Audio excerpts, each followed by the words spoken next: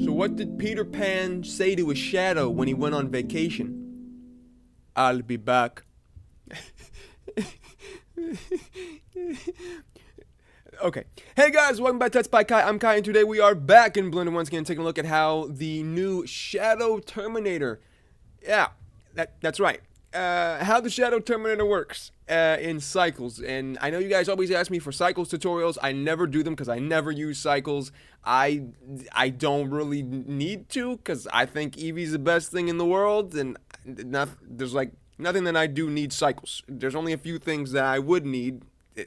Anyway, I don't ever use cycles. I don't like cycles. I love Eevee. But we're here today taking a look at the Shadow Terminator. So, I'm going to go ahead and take a look at this real quick. I'm going to delete the default cube and add in a sphere real quick. And we're just going to go ahead and real quick shade smooth that. And we're also going to put a subdivision surface under the modifiers tab on there right there.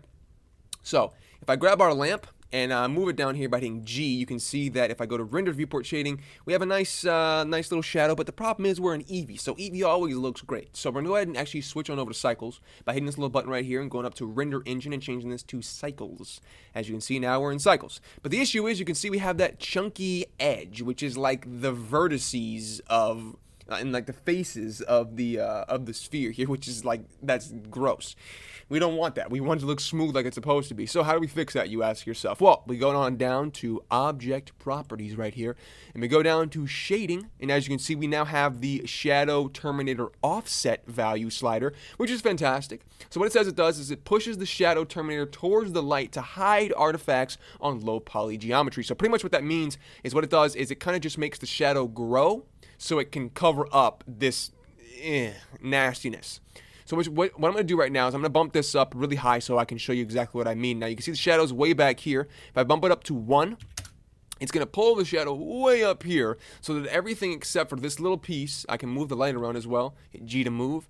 Everything except for that little piece is in shadow because it's trying to cover up the nasty geometry down there. So a good value to put this on is probably just 0.1. You don't really need anything higher than that. If we go to 0.1, you can see we have a very nice, smooth, perfect shadow instead of if it's on 0, which is like this.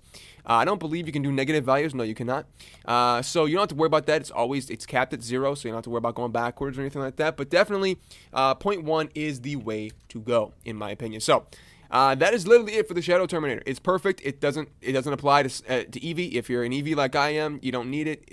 Shadows still look great no matter what, but Cycles needs a little bit of help. So that is the Shadow Terminator and the Shadow Terminator Offset button. I hope you enjoyed this tutorial. If you have not already, make sure to subscribe. I got plenty more Blender tutorials and other digital art tutorials coming very soon. I'm excited because Motion Blur's back. Stay tuned for that tutorial. I will see you in the next one, but until then, bye-bye.